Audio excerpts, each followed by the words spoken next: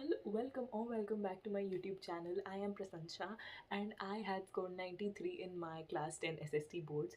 So here are a few tips from me who has got 93, and I think SST is a very easy subject. मेरे लिए personally, I know people are कि यार SST याद नहीं होती, SST इतना रटना नहीं होता है मेरे से. I completely agree. SST is a very theory based subject. आपको मतलब हर चीज़ पता होनी चाहिए, लाइन बाय लाइन NCERT को एकदम रटना होता है. So here are few tips from me. First thing I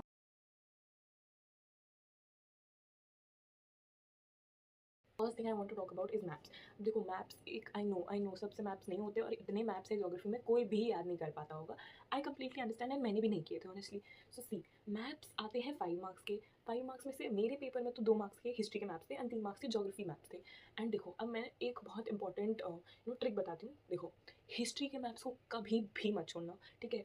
अब देखो हिस्ट्री ना बहुत कम है कंपेयर टू ज्योग्राफी में जितने मैप्स है, हिस्ट्री में बहुत कम मैप्स हैं एंड बहुत ईजी टू लोकेट मैप्स हैं. मतलब आप बेसिक साइंस लगाओ, एक बार आप मैप देख लो अच्छे से, एंड देन बस एक बार ना 2-3 बार प्रैक्टिस करो तो हिस्ट्री के और सारे मैप्स सारे जगहों को एक ही जगह पे प्रैक्टिस करना, ठीक है, एक मैप में. So it will be very easy. And जहाँ तक कि ज्योग्राफी के मैप्स हैं, सी आई नो ज्योग्राफी में बहुत सारे मैप्स हैं एंड याद करना इज इम्पॉसिबल. मैंने भी नहीं करे थे, मैंने 3 मार्क्स का मैप छोड़ दिया था अपने बोर्ड एग्जाम में. तो आप सोच सकते हो मैंने ज्योग्राफी मैप्स नहीं करे हैं, बट मेरे सामने वाली was kind enough to show me her map. मैंने देख लिया था एक्चुअली.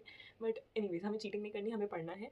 ओके, सो हिस्ट्री का मैप्स कभी मत छोड़ना. 2 मार्क्स हैं, 2 मार्क्स आपके हाथ में, प्लीज़ उस 2 मार्क्स को एकदम मत छोड़ना. हिस्ट्री तो एकदम याद कर लो, एकदम अच्छे से कर लो, ठीक है. ज्योग्राफी आपसे नहीं भी हो तो आप ट्राई करो, जितना आपसे होता है do that much, but don't over right कि आपको सपोज आप सूरत और अहमदाबाद में डिफरेंस भूल गए, ऐसा मत करना, ठीक है. जितना आपसे होगा उतना ही करना.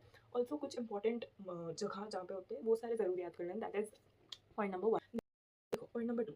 ना point number 2 is all about history. History is a subject जहाँ पे आपको बहुत अच्छे से एनसीईआरटी पता होनी चाहिए, किस पार्ट में क्या हुआ, डेट्स याद होने चाहिए, क्योंकि वो बोलते हैं ना हिस्ट्री में डेट्स याद करने होते हैं एंड एक्चुअल में याद करने होते हैं. देखो अब जब आप आंसर लिखोगे ना, इट विल क्रिएट अ बहुत अच्छा इंप्रेशन ऑन द एग्जामिनर कि आपको पता है कि हिस्ट्री में कब क्या कहाँ कैसे सब लाइन वाइज आपको पता है. So it will give the examiner N impression कि इसने पढ़ा है, ठीक है. ना हिस्ट्री में ऑल्सो बहुत सारे पिक्चर बेस्ड क्वेश्चन आते हैं, ठीक है.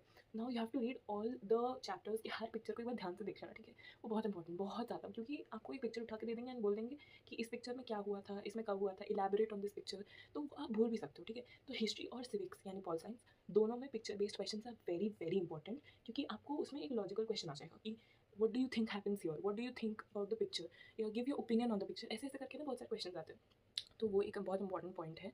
Secondly, now thirdly I am talking about eco. देखो अब ईको इज़ अ सब्जेक्ट. अब आप बोलोगे यार ईको बहुत ईजी है, हाँ हो जाएगा, उसको लास्ट मोमेंट पे करते हैं, but that is what you are doing wrong. आपको हर सब्जेक्ट पे इक्वल इंपॉर्टेंस देना पड़ेगा, बिकॉज हर सब्जेक्ट रफली 20 मार्क्स का ईच होता है. So you have to get all subjects properly covered, ठीक है. अब देखो ईको में मेरे साथ जो गलती हुई, मैंने जो किया, मैंने ईको को लास्ट में टच किया थिंकिंग कि ये बहुत ईजी है, एंड ये एक्चुअल में ईजी है. बट आपको उसमें उसका एसेंस पता होना चाहिए. आपको हर चीज़ को एक जैसे आपको हर क्वेश्चन एसएसटी में ना एज अ 5 मार्क का क्वेश्चन रखना होगा. यू कांट थिंक अच्छा ये 2 मार्क्स का आएगा, ये 3 मार्क्स का आएगा, सो सिर्फ 2 मार्क्स 2 पॉइंट्स याद रखेंगे. 3 मार्क्स का है तो 3 ही पॉइंट याद रखेंगे, नहीं, दैट इज़ रॉन्ग. आपको एसएसटी में हर क्वेश्चन को एज अ 5 मार्कर याद रखना होगा, उसके पॉइंट्स 5 मार्क्स याद रखने होंगे, एंड हर पॉइंट का एक्सप्लेनेशन भी आना चाहिए. Okay, that is really really important. मैंने अपना पेपर में ये बहुत बड़ा मिस्टेक करा था. So this is why am telling you, ego को अंडर एस्टिमेट मत करो. I understand economics is a very very easy subject, but trust me उसको ऐसे लीव आउट मत कर देना. और देखो अब रही बात ज्योग्राफी की. ज्योग्राफी में मेरे को ऐसा कुछ प्रॉब्लम होता नहीं था, बट एक प्रॉब्लम जो मेरे को फेस हुआ है इन माई एग्जाम. मैंने ना जब वो क्वेश्चन पेपर रीडिंग टाइम होता है, मैंने एक बार क्वेश्चन पढ़ा. There was a question, differentiate between rabi and kharif crops. अब कोई भी बच्चा जो 10 में होगा मुझ पे हंसेगा ऑब्वियसली, क्योंकि एक बहुत बेसिक सा क्वेश्चन था जो मैंने एक्सपेक्ट ही नहीं करा था. So obviously don't don't do that. Now rabi and kharif crops का डिफरेंस, मेरे को ना गलती क्या हुई मेरी कि मेरे को मंथ्स याद नहीं थे. तो लाइक मेरे को इतना पता था kharif crops during the start of the मतलब समर या मानसून टाइप होते हैं, राबी क्रॉप्स ड्यूरिंग विंटर्स होते हैं. अब मेरे को ना उसके अंदर का पॉइंट समझ, अब मैंने ना कुछ भी बना के लिख दिया. अगर आपको नहीं पता है, प्लीज़ उस क्वेश्चन को ब्लैंक मत छोड़ना, आप अटेम्प्ट कर लेना. आपको जितना आता हो जो आता हो वो लिख लेना, लेकिन उसको ब्लैंक मत छोड़ना, ठीक है. तो मैंने वो आई थिंक 3 मार्क्स का था, मैंने 3 मार्क्स में कुछ तो 3 पॉइंट लिखे थे, क्योंकि मेरे को नहीं याद आ रहा था.